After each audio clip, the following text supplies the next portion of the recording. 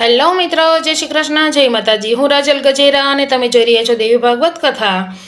શું તમે જાણો છો બુધ ગ્રહનો જન્મ ચંદ્રદેવ અને ગુરુ બૃહસ્પતિની પત્ની તારાથી થયો હતો। આ કથા એટલી અદ્ભુત છે કે તેમાં દેવતાઓ વચ્ચે મોટો વિવાદ પણ થયો હતો। મિત્રો, આખી કથા જો જાણવી હોય તો વિડીયોને પૂરેપૂરો જોજો। પ્રાચીન સમયમાં દેવતાઓના ગુરુ બૃહસ્પતિ તથા તેમની પત્નીનું નામ તારા હતું।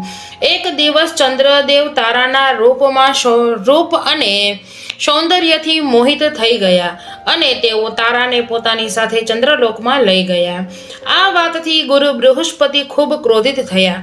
દેવતાઓએ અને ઋષિઓએ ચંદ્રદેવને સમજાવ્યું અને અંતે તારાને પાછી મોકલવામાં આવી, પણ ત્યારે તારા ગર્ભવતી હતી।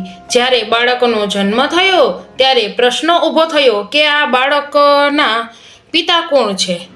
દેવતાઓએ પૂછ્યું ત્યારે તારાએ સત્ય કહ્યું કે આ બાળક ચંદ્રદેવનો છે। આ બાળક ખૂબ તેજસ્વી અને બુદ્ધિશાળી હતો। બ્રહ્માજીએ તેનું નામ રાખ્યું બુધ।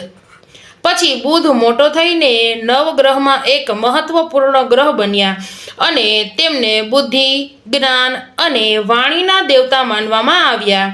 એટલા માટે જ શાસ્ત્રોમાં કહેવામાં આવે છે કે બુધ ગ્રહ તર્ક, બુદ્ધિ અને જ્ઞાનનો પ્રતીક છે। જો મિત્રો તમને મારી કથા ગમતી હોય તો વિડીયોને લાઈક કરો, શેર કરો, ચેનલને સબસ્ક્રાઈબ કરો અને કોમેન્ટમાં જય માતાજી લખવાનું